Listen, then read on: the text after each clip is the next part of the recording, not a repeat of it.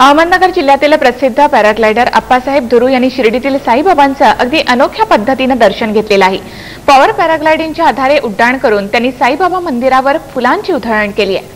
धुरू यांनी 12,000 फुटांवरून पॅराग्लायडिंगच्या सहाय्याने उडी मारण्याचा विक्रम सुद्धा केला आहे।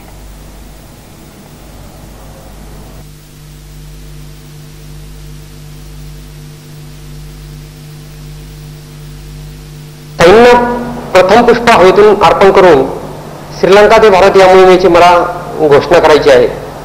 त्यासाठी 1 फेब्रुवारी सकाळी 8 वाजता साईबाबा संस्थांच्या जवळच असलेल्या प्रसादालयाच्या इमारतीच्या समोर पॉवर पॅराग्लायडिंगच्या साहाय्याने आकाशात उड्डाण घेऊन साईबाबांना आकाशातून प्रदक्षिणा आणि पुष्पवृष्टी करून मी माझं पहिलं पुष्प बाबांच्या चरणी अर्पण करून साईंच्या नगरीमधून माझ्या मिशन हनुमान रिटर्नची सुरुवात करत आहे।